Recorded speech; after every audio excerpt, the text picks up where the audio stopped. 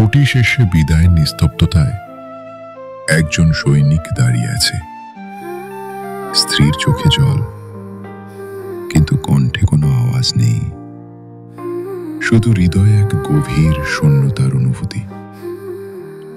সৈনিকের ইউনিফর্মের কঠিন রেখাগুলো এ দেশ সেবার শপথ, কিন্তু তার নিচে স্পন্দিত হয় সংসারের নিরন্তর টান। লবণাক্ত অশ্রু তিনি চেপে রাখেন কঠিন হৃদয়ে। ছেলেমেয়ের চোখে বাবার অবর্তমানের এক অসীম শূন্যতা। এই মুহূর্তটি কেবল চোখের জলের গল্প নয়, এটি মায়ার টান, দায়িত্বের আহ্বান ও ভালোবাসার ত্যাগের এক করুণ চিত্র।